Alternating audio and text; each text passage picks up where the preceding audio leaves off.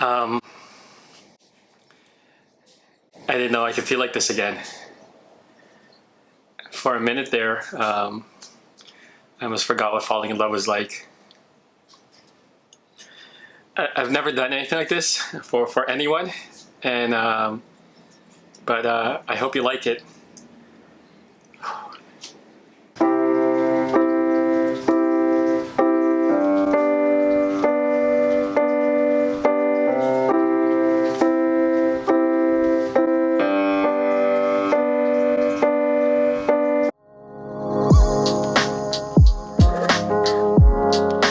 Hey guys, what's going on? Welcome back to my channel. In today's video, we're gonna talk all about Anthuriums. I'm gonna share with you guys my entire Anthurium collection, my experience with them so far, how to care for it, and also rank them from easiest to hardest. And then we're gonna do a bit of propagation near the end of this video, which will be my first time propagating an Anthurium. And you guys know I love propagating plants and experimenting with them. Now, during your houseplant journey, you're going to come across your first Anthurium if you haven't done so already. And if you're anything like me, whenever I get introduced to a new species or genus of plants, I tend to fall truly, madly, and deeply in love with them, and the Anthuriums are no different. In fact, I think they are starting to become one of my favorite genus plants right now. I mean, I love my Hoyas, I love Monsteras, and you guys know I love my ficus plants, but Anthuriums are starting to really make it up there. And the reason why is check these guys out. I mean, how can you say no to these beautiful foliages, striking patterns? Their veins have shades of like white or crystal or sparkles on them. The leaves can feel either velvety or suede-like, and they're just beautiful. They come in so many varieties. I started maybe with like one earlier this year, and so far I think I have about 9 or 10 in my collection right now, and there are still a couple more I want to add. Now, the first Anthurium I actually ever experienced was a couple years back, and you can find these guys at your local grocery store or big box store. They're called Anthurium, and they're commonly called like flamingo plants, and they come in so many different shades and colors of the blooms, which is what they're known for. So you can get like a ribbon shape or a heart-shaped bloom, or even like a cup-like, and I'll post a picture of the one I had it here.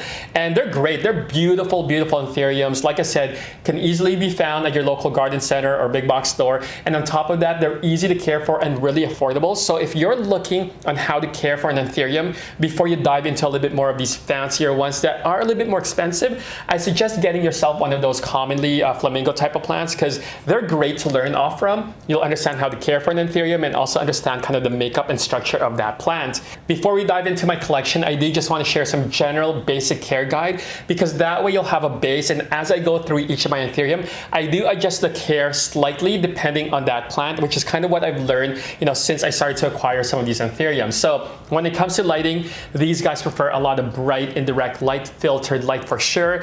You do not want these guys in direct sunlight, and they do grow a lot better and a lot faster with a lot more brighter light. So medium light maybe, but again, you guys know I have a south facing window, a large one, and these guys will do well in a south facing east or west. North, I probably would suggest they may struggle a bit, so you may need to add a bit of grow light to really get them to thrive. And when it comes to watering your Anthuriums, I usually water my plants when the soil or the mixture they're in is just about to dry or completely dry. With Anthuriums, again, depending on them, depending on the soil mixture, I will adjust my watering if it should be just before they dry out or when they're completely dried out. I did start using distilled water on my Anthuriums. I was using tap water in the past. However, I did notice that when I was watering my Anthuriums with tap water, that they would get a bit of chemical burns, because there are chemicals in your tap water, usually on the tips of the leaves, especially a little bit more of the sensitive ones like a Warwickinium or a silver blush. However, with, say for example, my CLARINERVIUM, they're okay with tap water. Now, when it comes to the potting mixture, I actually have 3 different kinds I use right now. It depends on the type of Anthurium and what stage they are, whether they're a juvenile one or a little bit more mature. So my go-to potting mixture for my Anthurium is equal parts of regular potting mix, pumice, perlite, orchid bark, and cocoa husk. So when you think about that soil structure and makeup, it's literally like 4-1. So there are 4 ingredients that make up a lot of the airy type of soil mixture. Again, perlite, pumice, orchid bark, and cocoa husk. They create a lot more air and drainage in your soil mixture, and then 1 part regular potting mix, which has a little bit more of your nutrients. So if you don't have, say for example, orchid bark or cocoa husk, and you have like perlite or pumice, then just double that up if that makes sense. The key is making sure that your potting mixture is really, really airy, because these guys do not like to be sitting in water and wet soil. They will definitely cry and go to heaven soon, so you want to avoid that. Now I have a couple of them in pure sphagnum moss, especially a lot more of the juvenile ones, and I'll explain why I chose to do that. And then I have a couple of them in an aroid mix that's made up of cocoa chips, bark, pumice, expanded clay, and then peat chunks. So those are the type of potting mix I use for my Anthuriums. And again, I'll go through which one I use when we go through the plants. Let's touch a bit on humidity. So these guys grow in parts of Ecuador, Colombia, or Mexico. So you can imagine that they do need some level of humidity for them to thrive. Now I do have most of mine in a greenhouse. I use these IKEA greenhouse cabinets, and I have a fountain in there to create the humidity plus a fan. And for the most part, I can get the humidity level all the way up to like 80%, sometimes 90%, and as low as maybe like 50%. So these guys do need humidity. However, some of them do prefer higher humidity levels, while others not necessarily. And there are a couple that can thrive in a regular room temperature humidity, which I'll go through when we go through my collection. But yeah, so that is kind of my care guide when it comes to Anthuriums. So now let's go through the collection. I think I want to start off with the Anthuriums that were my first one, and then work towards kind of my latest Anthurium. So without further ado, we'll start with the Anthurium flavolineatum. So I got this one at an orchid show, and when I first got it, it had these beautiful leaves. It kind of lost and it's starting to brown, partly because this was lacking a lot of humidity, and it wasn't really growing and it wasn't really thriving. It's been how long now, and it still hasn't done much, except maybe a week ago. It started to show. You guys can see there's this growth point. That growth point has always been there since I got it. However, I did something different to this last week, and I noticed that growth point is starting to move.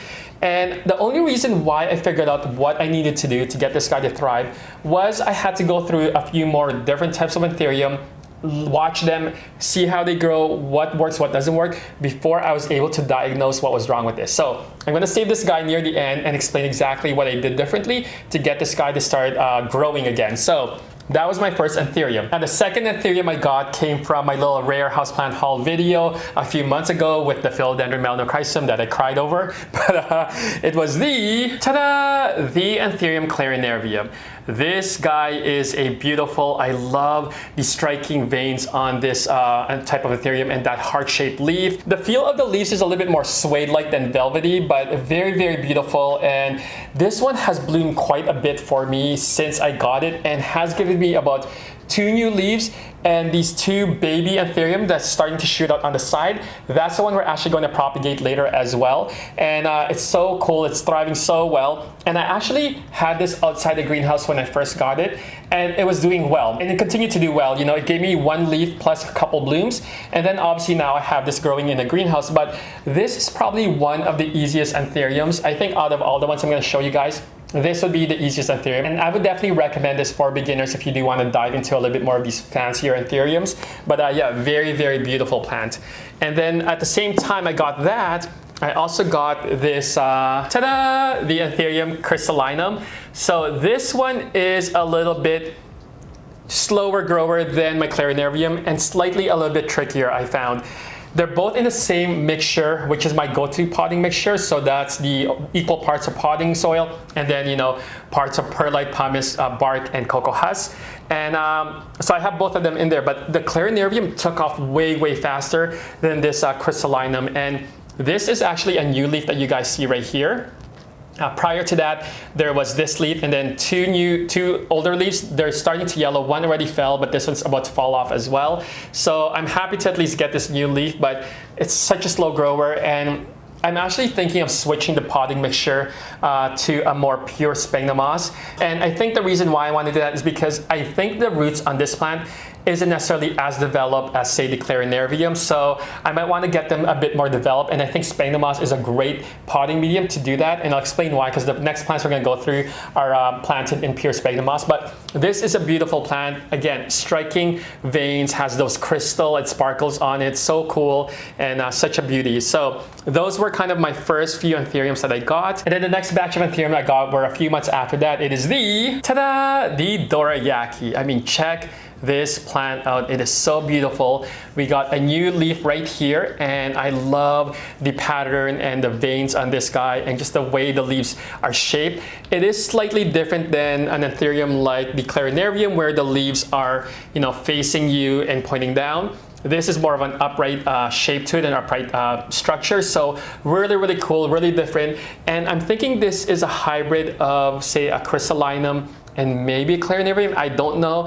That's the one thing that's cool about some of these Anthuriums, is they can be crossed with another one and create kind of a brand new type of Anthurium, but very, very beautiful nonetheless. And this is actually in a potting mixture that's still in its original one. So I did get this from a local plant shop, and just based on what I can see, it probably has a bit of potting soil, but pumice, perlite in there I can see, and yeah, but it's doing really well so far. So I'm not gonna repot this anytime soon, but when I do, I think I might move this to my own potting mix, only because it's a little bit more mature, and just based on what it's in right now, it can probably handle that type of potting mixture. So that is my Anthurium dorayaki. Again, so beautiful, so stunning.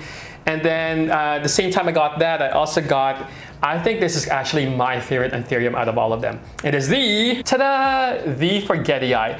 When I first got this plant, it literally was only this leaf, and that was maybe a couple months ago.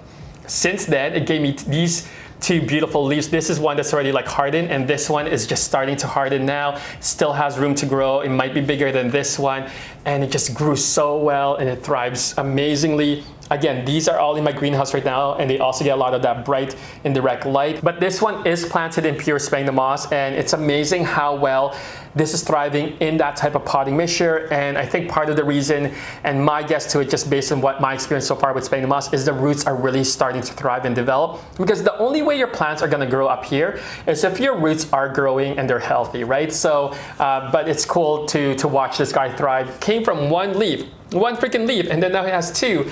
And I think there might be a third one that's going to shoot out hopefully before the year ends, because I do see it starting to get pregnant a bit. So, but yeah, very, very beautiful. One of the reasons why I love this particular Anthurium over the rest is I love the shape of it. Has kind of like an upside down teardrop, but also the pattern, it's quite velvety, and I think this is more of the dark form for Forgetii because the leaves are a little bit more darker. The veins are quite thin, and they still have that crystal shade on it, and you can just see when you move it, it just has that nice shine and velvety look, and I don't know, it's such a stunner. It looks like a turtle shell at times, but it's so cool. Honestly, I think this is my favorite Anthurium so far. Well, maybe, I don't know. I think they're all my favorite. It depends. It depends on the day. It depends who I'm looking at times. But yeah, definitely the Forgetii is a beautiful. And I think it's easier. It might be easier than the CLARINERVIUM. I don't know, only because I did have this in the greenhouse when I first got it, and it is pure sphagnum moss. So, but it's doing well for me. And then the next group of Anthuriums I got are the the silver blush. So this is also probably a hybrid and cross off the CRYSTALLINUM, but really, really cool. The foliage has more of the silver shades and tone to it, and then the pattern there you guys can see is a light green, and a really, really cute plant. Now it is giving me a new leaf, which I'm happy about. When I did get this, it was just a baby plant. It was already planted in sphagnum moss. I did choose to keep it in sphagnum moss, and the reason being is because I want the roots to really develop, and I can see the roots starting to really grow. And when that's happening, again, you're getting much more beautiful foliage. So planted in pure sphagnum moss in the greenhouse, gets a lot of that bright indirect light, and I do water using distilled water, but a very, very cute plant right there. So the next Anthurium I got is the, the Magnificum. I mean, the name says it all. This plant is magnificent. Look how beautiful this foliage is. It is only a single leaf, but it is massive and it's amazing. And the leaves are so velvety, and that, prominent veins and striking pattern. It's so cool. Now I do have this one potted in the aeroid mix, and the reason why I chose the aeroid mix is because the root system on this particular plant was already well established. It was nice and thick. And on top of that, this plant's a little bit more heavier. So I wanted to make sure that the potting mixture I used had a bit of weight, and that is why the aeroid mix of cocoa chunks, expanded clay, pumice, and peat chunks would help kind of create a bit of that structure to stabilize the plant. And but yeah, so far it's doing really well, and I can't wait for it to see another leaf. But I don't mind it being a single leaf, to be quite honest, only because it's so magnificent as a single leaf. And yeah, really, really beautiful. Now the next Anthurium I got is the Vitterifolium. So this is a pretty cool Anthurium. It has these like long leaves to it, really, really different than the rest. And the one thing that's cool about this is it does not necessarily require that much humidity like these guys. This is the only one I actually don't have in my greenhouse, and I love the look of it. I love the elongated leaves. Really has that like prehistoric vibe to it. Slightly different. Really cool to hang, either on a hanging basket or on top of your bookshelf. But definitely gets a lot of bright indirect light. And the potting mixture I have this in is similar to the one I used for my Magnificum, that aeroid mix, because again, it's a bit heavy. The roots are already established, so I wanted to create a bit more structure in the potting mixture to allow the plant to be a little bit more stabilized. And yeah, so far it's doing really well. It hasn't shown any new growth yet, but there are a couple of growth points, and so that's always a good sign. But yeah, so those are the plants that I got. And then the next plant I got is this is a CRYSTALLINUM cross sibling, is what it was named. But this is definitely a CRYSTALLINUM cross hybrid, but it's so cute and so adorable. I love the compact bush-like, and this has a lot of plantlets or little baby plants that are just shooting out. And I can actually like propagate this if I want to, but I like the way how this is kind of compact and full, and it's so cute. So very, very beautiful. It does have that CRYSTALLINUM pattern to it that you can see. Has that silver veins, a little bit similar to the silver blush, and slightly similar. But again, I think both of these are obviously crossed with a CRYSTALLINUM, but very, very cute and very adorable. And this is also planted in pure sphagnum moss. And when I lifted this up, you can just see how well these roots are. Let's see if we can take it out. I usually don't like to do this, but yeah, I want to show you guys look how beautiful these roots are right there. You guys can see what I mean? Like this is why I've learned that sphagnum moss is so good at like helping develop the roots, because they create a bit of that structure a lot better than having it in just pure water, because there's a bit of structure for the roots to really like latch on and develop without necessarily suffocating the roots or trapping some water in, which then creates root rot. So that is why I've learned to use sphagnum moss slightly better, especially when it comes to a lot more of the juvenile plants, to really help develop that roots. Now, the latest Anthurium I got is okay, I know I said the Forgetii was my favorite Anthurium, but I do think this is definitely going to be my favorite. It is the Warraquenium, or the Queen Anthurium. And I mean, this is so beautiful. I think this is a green form. I don't think it's a dark form, but it is a juvenile Queen Anthurium that it was really hard to tell at first what it was going to be, because this is the newest leaf it just gave me. And this is still hardening, but prior to that, it was this leaf. And you guys see there, and it's really hard to tell, but queens are known to have a little bit more elongated leaves and those striking patterns, but you can't tell really with this leaf. However, with the newest one, you can kind of tell now with the veins starting to pop a bit more, and it has that shape now, so it looks so cool. And again, this is planted in pure sphagnum moss, and I think I'm gonna keep it in pure sphagnum moss as it continues to grow.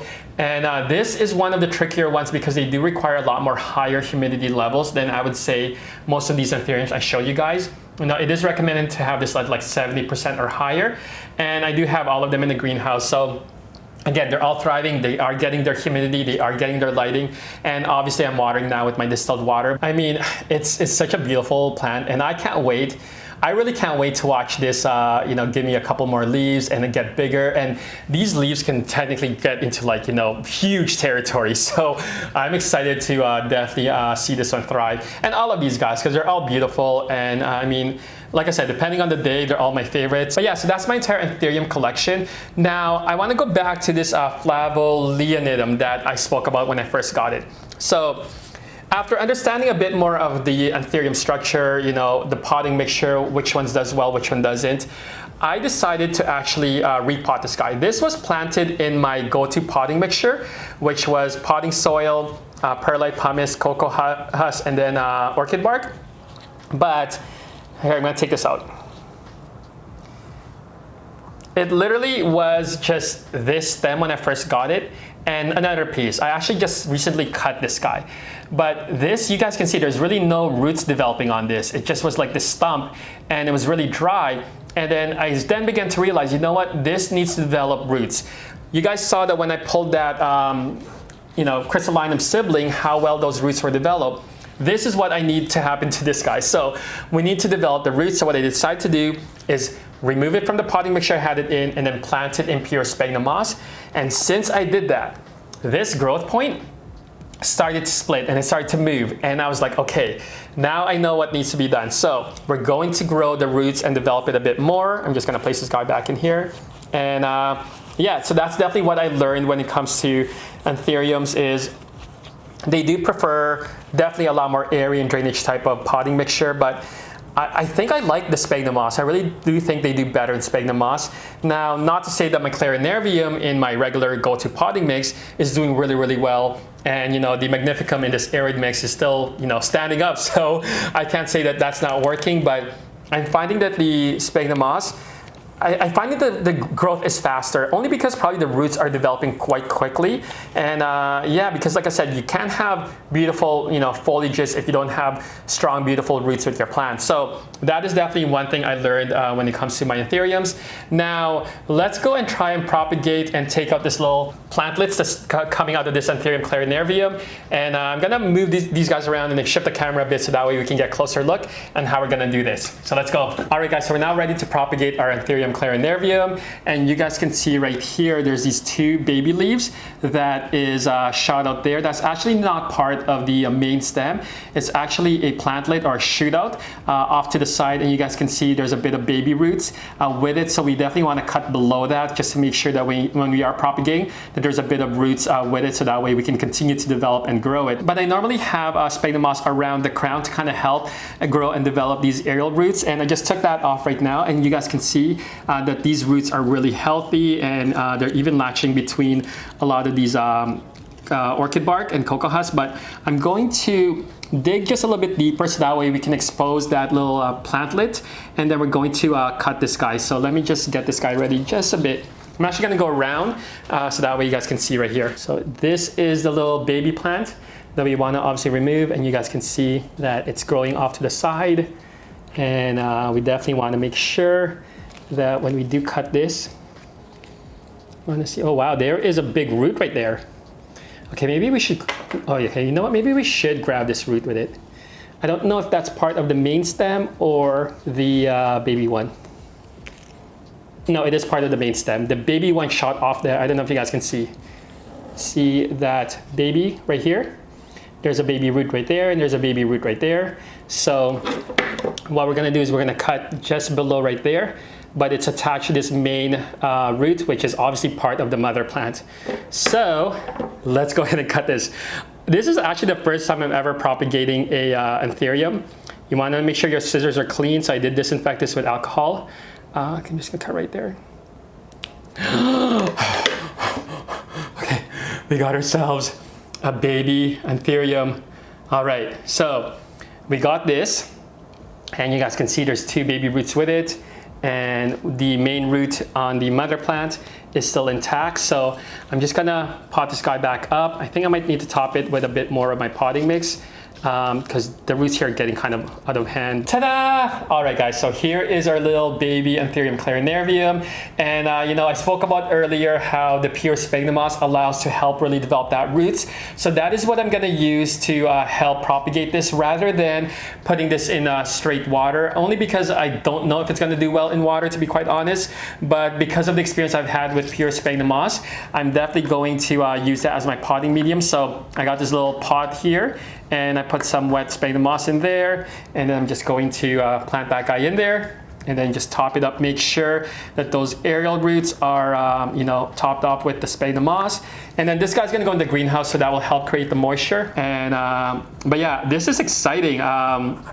I love propagating plants, and I've never propagated a Anthurium before. I've done obviously a lot of monsteras, pothos, ficus, plants, But an Anthurium, this is new. And even philodendrons, I've actually propagated philodendrons, but Anthurium, I've never done it. So I'm excited. And I actually do find, you know, Anthuriums a little bit easier to care for than philodendrons. But this is so cool. I'm so excited. Wow. Only because now I know I can make more plants, and I don't know, I love propagating plants, you know, because you can always share them with your friends or family, or like double up on your plants. There we have it, guys. Look at that. Ta-da! Oh man, I am so stoked and so excited. So this guy's gonna go in the greenhouse, and we successfully propagated our first Anthurium. To find out more updates on how well this guy is doing, definitely follow me on Instagram. That's where I do a lot of my daily plant updates. But other than that, hopefully you guys enjoyed this little show and tell of my Anthuriums, learned something or two, enjoy the rest of your weekend, and I'll see you guys soon. Peace.